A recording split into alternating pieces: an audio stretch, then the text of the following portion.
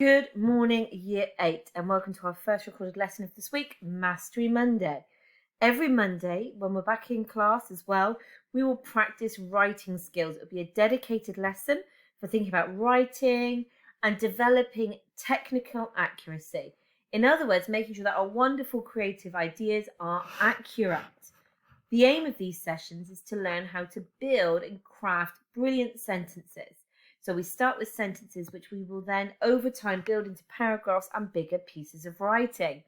We think this is so important and we want you to take it and to really value what we're doing on these Mondays. So you're going to have a separate book. So when we're back together in class, you'll be given a pink book for English and a red book for Mastery Mondays, so that you have one place where you keep all the wonderful learning we're going to do.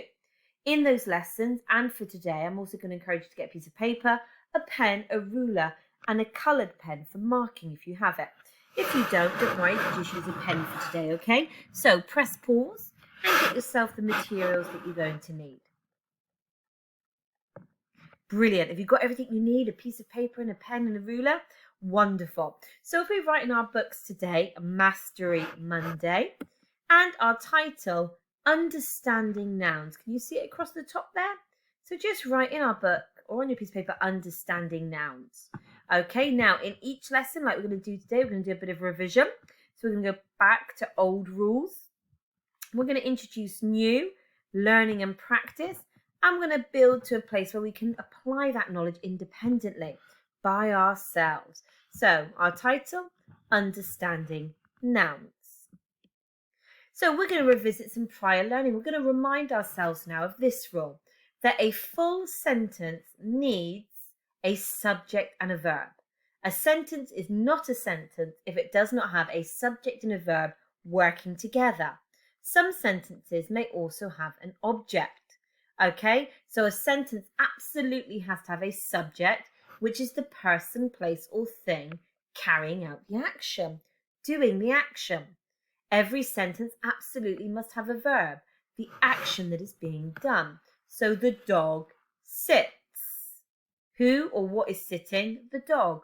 What are they doing? Sitting. The dog sits. The teacher talks. Who's talking? The teacher. That tells us the subject. What are they doing? They're talking. Now, as you can see, you can create really short sentences that way, can't you? Little 2-word or 3-word sentences. The cat meows. The dog howls. The wind blows. But they're complete sentences because you have your subject and your verb. Now, we can expand that to also include an object, which is the thing upon which the action is carried out. Now, that does sound quite long-winded, doesn't it? But what we really mean about that is the dog sits on the floor. The wind howls in the trees. The man opened the door. So it might tell us, well, what did the man open? Or why did the dog howl? Or where? So it gives us more information about that subject and verb. Okay, so now we're going to practice this. Now, guys, it says here, for numbers 1 to 6, you have to ask yourself something. Ready? So the first part of this task is an ask yourself, a thinking moment. You don't have to write down all 6. This is really important. So we're not just copying these 1 to 6 down, but we're talking and thinking about them. So for numbers 1 to 6, ask yourself, does it have a subject and a verb? So we're going to look at each one, number 1, 2, 3. I'm going to see if it has a subject and a verb. If it does, yes. If it has a subject and a verb, it's a complete sentence. So then we're going to copy it down. So, I'm going to look at number 1 with you, and then you're going to pause and see if you can do these by yourself. Okay? So, remember, we're looking for a verb, an action, and a subject, the person. So, number 1, the small secret pathway. Now that's telling us a thing, isn't it? It's telling us that there's a pathway. It's even telling us that it's a small and secret pathway, but it doesn't tell us anything that it does. There is no, what is it there? Verb. Brilliant, there's no verb. So actually we don't copy that one down because it's not a sentence. It doesn't have a subject and a verb. Let's look at number 2 together. The pathway led to the beach. The pathway led to the beach. So we're now looking to see if there's a subject and a verb. So, well, this sentence has a subject. It's telling us a pathway again. What's the pathway doing? Well, it's leading. It led to the beach. So we've got a subject, a verb, and an object in this one. We've got the full stop. We've got the capital letter. So it's ticking everything for a sentence. So we copy down number 2. Now, your job is to read each of the next sentences or groups of words. The beach was beautiful, golden sand and blue sea, crashing waves, the waves crashed against the sand. And you are going to find the full sentences and copy them down. So press pause and I'll see you and we'll mark our answers together in a minute. Now, guys, before I reveal the answers, this is why it's quite good to have a coloured pen. I want you to tick your right answers if you were correct. Okay, if you've made a mistake as we talk through the answers, just make a little note to yourself what you might have done wrong. Are you ready? So we'd already said that number 2 was a sentence. There's the subject, there's the verb, and there's the object. And if you got 3 and 6, you are right. The beach was beautiful. So the subject is the beach. Who or what is this sentence about? It's about a beach. And it was beautiful.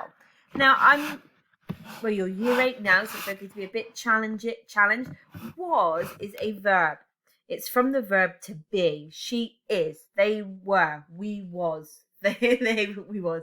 We were. He was. She was. So was is a verb, but it does sometimes look different. But that absolutely is a verb. So we've got a subject, a verb, and an object. Tick, it's correct. Okay, now let's look at this one. Golden sand and blue sea. So we've got some sea and sand, that's subjects, but they're not doing anything yet. Okay, so that one isn't a full sentence. We've got subjects, but no verb. Now, crashing waves. Now, that's not a full sentence, okay? So we just have to accept not a full sentence. But look at 6.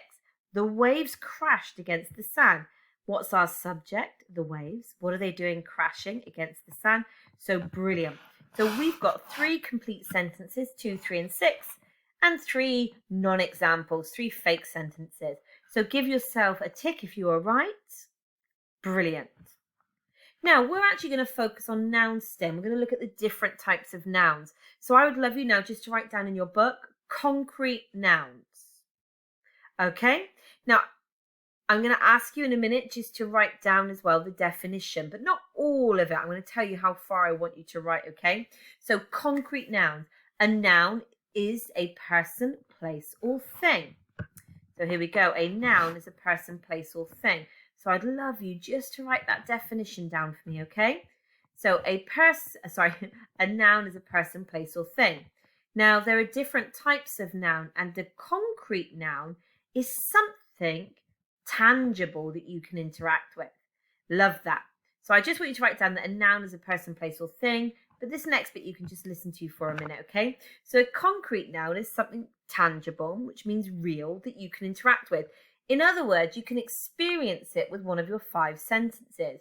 So a concrete noun is something you can see, something you can smell, potentially you can taste it, feel it, touch it. So the dog ran into his house. So I can see the dog, I can smell the dog. I'm not going to taste the dog, that would be wrong, wouldn't it? But I can feel it, touch it, hear it, listen to it. Brilliant. So we've got, okay, the dog. Now, the dog ran into his house. I can see the house. I could walk over to the house and I could touch it. I could smell it. So it's ticking all our boxes for a concrete noun. So a concrete noun is something you can interact with your senses.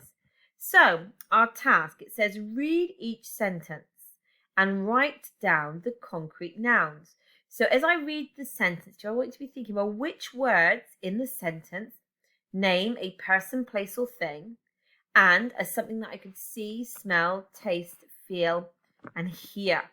Now, I'm just going to say we're not looking at this stage for proper nouns. Now, we might remember from Key Stage 3. From Key Stage 2, when we're at primary school, that proper nouns give us people's names. So there's a little clue. If you think it's naming a person, giving you their name, if it's a proper noun and begins with a capital letter, that's not what we're looking for at this stage. Okay, so I'm going to read each sentence, and you can pause, so you can just read it in your own time, and I want you to write down the concrete nouns. The words that name a person, place, or thing that you can interact with. See it, smell it, hear it, taste it, touch it. Are we ready? Brilliant. The astronaut prepared to climb into the rocket. So in that sentence, I'll give you a clue. There's 2 concrete nouns. 2 things that we could see, smell, taste, hear, touch. Okay, B. Tired, defeated. The child slumped to the dry ground. So in a minute, you're going to pause and think, well, which words in that sentence in B are naming a person, place, or thing? Which words in B could I see, smell, taste, touch, or hear? Brilliant. Okay. C. Lindsay and Julie waited in the queue to watch David Crystal speak. Now, remember, I did say we're not looking for proper nouns at this stage. So as you look through this one, try and think, well, what can I see, hear, feel, or touch? But actually, it's not a proper noun. And D. From its nest, the owl called to its mate. Okay, so in that one, what words or phrases can we see, hear, touch, or taste? Off you go, and we'll mark together in a minute. Okay, lovely people, let's look at our answers. Okay, so, here we go. The astronaut prepared to climb into the rocket. So if you've got astronaut and rocket, give yourself a tick. So I can see the astronaut. Oh yeah, he's wearing a big white suit, a big helmet. Oh, I can see his rocket. It's white. It's got the word Apollo written on it. I can hear it taking off. So both of these then name person, place, or thing. So a rocket is a thing. The astronaut is a person. Okay, and they can be experienced with our senses. Tired, defeated, the child slumped into the dry ground. So I can see the child, I can see the ground, I can feel the ground under my feet, I can hear the child crying. So all of these are ticking my boxes for concrete nouns. Now, Lindsay and Julie and David Crystal are in green because they're not concrete nouns there. Ones we're going to look at in a minute, proper nouns, capital letters. And they are giving you the official or the titles, the names of people. Brilliant. But this queue, did you get that one? Bit trickier, but absolutely right. Queue, I can see a queue. Gosh, they're queuing from the tree to the lamppost. I can hear the queue. They're noisy. They're getting impatient. So the queue is a concrete noun, something that I can see, smell, taste, feel, and hear it. Brilliant, but not Lindsay, Julie, and David Crystal. Look, they're beginning with capital letters, so we're going to look at those in a minute, proper nouns. Now, from its nest, the owl called to its mate. Now, we've got an owl, a nest, and a mate. Now, these are all 3 concrete nouns. A nest, I can see the nest in the tree. I can hear the owl. I can hear its mate. So all of these ticking our boxes for concrete nouns. Brilliant. Now we get concrete nouns, which are things that we can see, feel, taste. I can write it. I can get my hands on it. I could grab that owl and hold it, and it might flap its wings and try and escape, but I could try and get hold of it. But you also have them what we call abstract nouns. So guys, concrete nouns and abstract nouns, 2 different types of nouns. So an abstract noun is a concept, idea, belief, or emotion. It is not tangible. So you cannot grab it in your hand. You cannot experience it with your 5 senses. So, for example, revenge only leads to further grudges. Revenge and grudges are abstract nouns, abstract ideas. Okay, brilliant. So let's see task 2. So it says here, label each of the nouns below as concrete or abstract. So I say goat. Do you say concrete or abstract? So if you like, because we're just doing thinking out loud on paper, you could literally, as I'm talking to you, write goat equals concrete or abstract. Or you can listen to me and then pause in a minute and do it, okay? So a goat. I can see a goat. I can hear a goat. I can smell a goat. So it's got to be concrete. Brilliant. Chair. Now, guys, I'm not going to lie, I'm sat in a chair right now. I can feel the arms of the chair. I can feel its back. So that has to be concrete. But truth. Can I hold truth? Can I see truth? No. I would have to have truth as an idea, a belief, a concept. Truth is an idea, it's a concept, it's a bigger belief. Okay, it's an abstract idea. Brilliant. Now, jealousy. Now, a little clue. It says here that an abstract noun is an emotion. And if you feel jealousy, if you feel angry, so if the word can go after I feel jealousy, I feel angry, then it's abstract.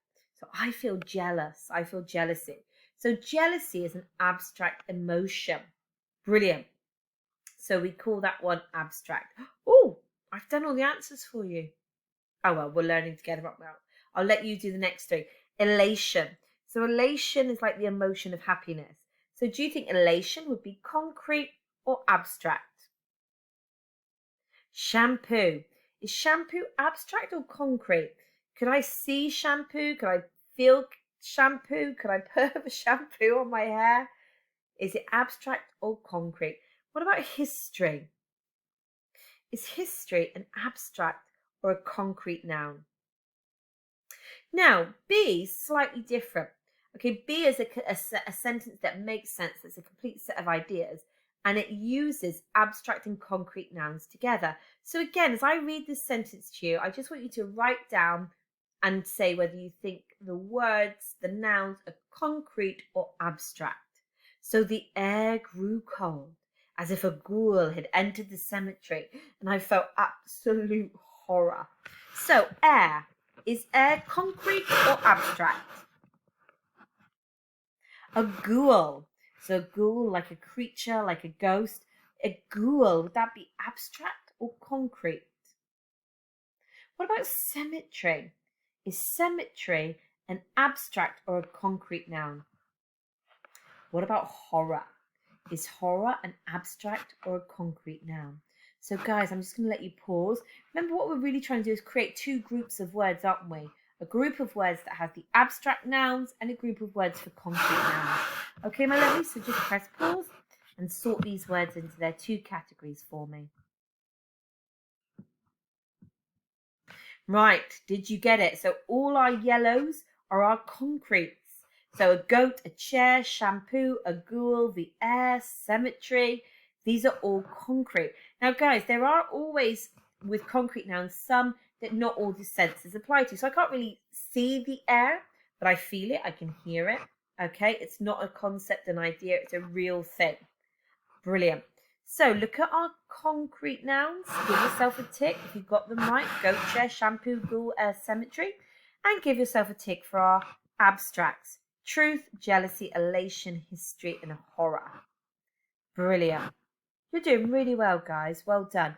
Thank you for staying so focused. Now, guys, as we move forward, if you get close to your 45 minutes, you are able to stop, okay? This is not about you working indefinitely. If you get to 45 minutes, you are able to stop. So we've got concrete and abstract nouns, but we also have proper nouns. We were talking about these earlier, weren't we?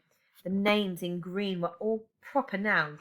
So proper nouns name things and always need a capital letter. Okay, so we often think about proper nouns as people's names, but we can also name countries. We can give people names. We can name companies. We can name films, religions, days. So actually, proper nouns are sometimes a bigger group than we realise, but they have a clue, something we can see with our eyes.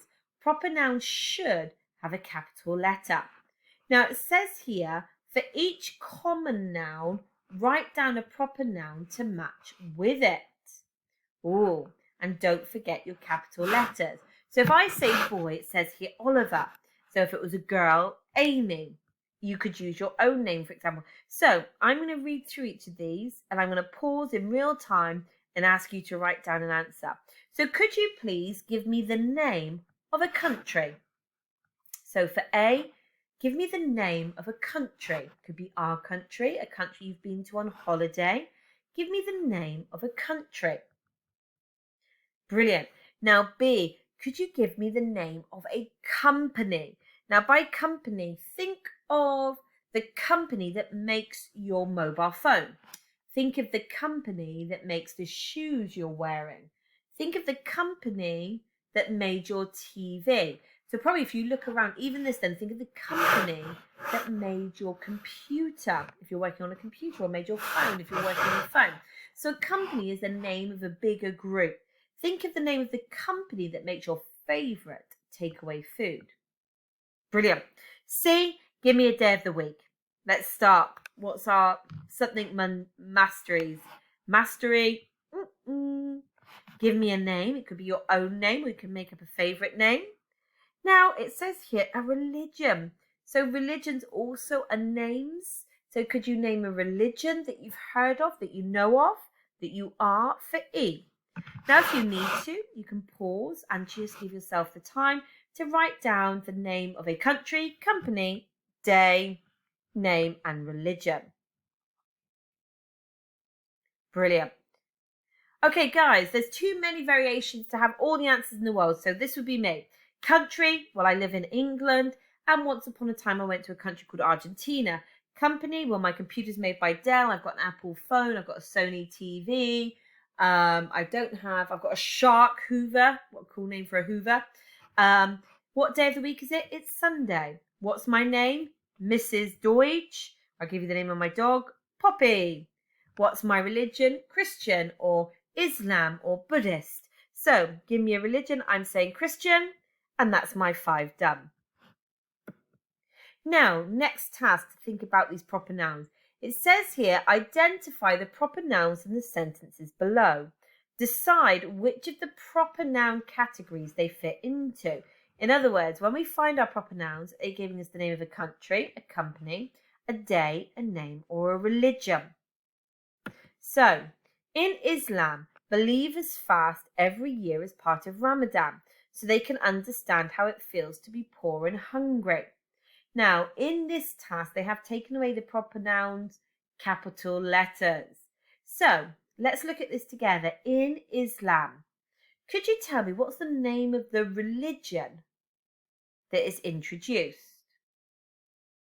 Brilliant. So, Islam would be a proper noun. So, let's all write down A, Islam, and let's change that small I to a capital I. So, in Islam, believers fast every year as part of Ramadan. Now, Ramadan is the name of the religious festival. So like we might say Easter or Christmas or Hanukkah. Within all religions, they have festivals. Those festivals need capital letters.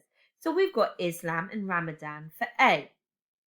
Now, let's look at B. Now, I'm going to do it slightly differently this time. I'm going to tell you in B, there is a day of the week, a country, and somebody's name. So I'm going to do this one slightly differently. I'm going to ask you, for B, can you find me the name of a country, a person, and a day of the week? And write them into your book, making sure you use your capital letters. Now for C, I'm just going to, again, say it slightly differently, get you thinking. There's the name of a company that's a big chain store that sells things for pets. So what's the name of the company in this sentence? And what's the name given to somebody's pet? Right, so we said, didn't we? Let's just go through and tick together. We've got Islam and Ramadan. Tick, tick. Now, B, what's the name, the day of the week? Brilliant, Friday. What's the name of the country? Yes, you got it, South Africa. So make sure Friday, South Africa have the capital letters. What was the person's name? Good, it was Meg. So we should have Meg, South Africa, and Friday for that one with capital letters. Last but not least, for C, what's the name of the company that's selling the animal?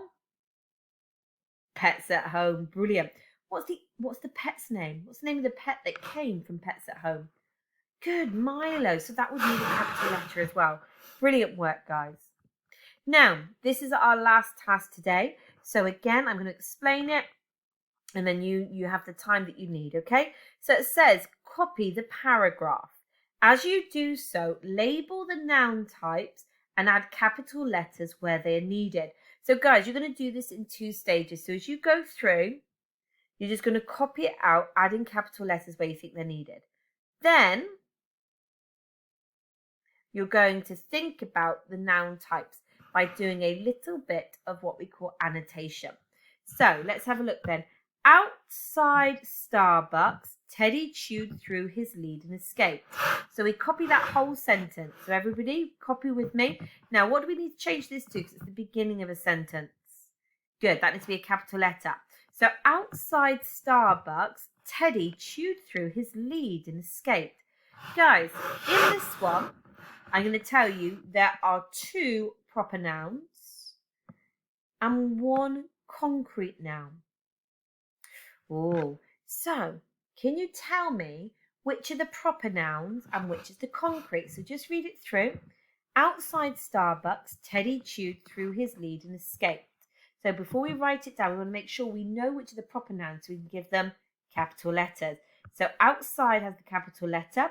Brilliant, because it's the beginning of the sentence. What's the name of the famous coffee company? Not Costa. Good. Starbucks is the name of a coffee company. So we need an S for Starbucks, a capital S. And we can, annotation means we underline and we do a little note off it. And up here, we're going to do a little note off it and say proper noun. So I'm just going to do it this way so I can show you. So this is what it means to change it. Okay, so I'm not going to do it for all of them. So I've done a little underlining. Now, because I'm using my computer screen to do this, I'm just teaching you what it means to annotate. So we've said that's a proper noun. And I'm just going to insert a little line. Brilliant. So that's what it means to label the noun types. Now, let's have a look then. So outside Starbucks, Teddy chewed through his lead and escaped. So guys, if we're working this out, what animal are we going to assume Teddy is? He's on his lead. He's outside of a shop. Teddy's going to be a dog. So we need to change Teddy to a capital T because that's another proper noun, isn't it? It's the name of the dog. So we can cheat because we can just do another line to say that Teddy is also a proper noun. So can you see we've changed to our capitals as we're copying and we've labelled. So what did he chew through? Because there is another concrete noun. There's another noun here, isn't there? His lead. Now, we can't draw a line to proper nouns. It's a different type of noun. So I just need to do another annotation. Now, is it going to be proper, concrete, or abstract? Concrete. Brilliant. So let's just see. You can see I'm doing this in real time just to show you what it means to annotate. You'll be able to get it to fit in. There we go. So that is a concrete.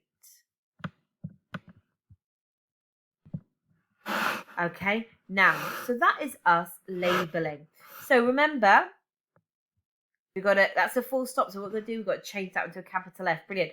Filled with excitement, he crept away from his owner, Lindsay, so that he could lick up the crumbs under other people's tables. To Teddy, it felt like Christmas. So guys, your final job today is to copy the paragraph, labeling the noun types and adding capital letters where they are needed.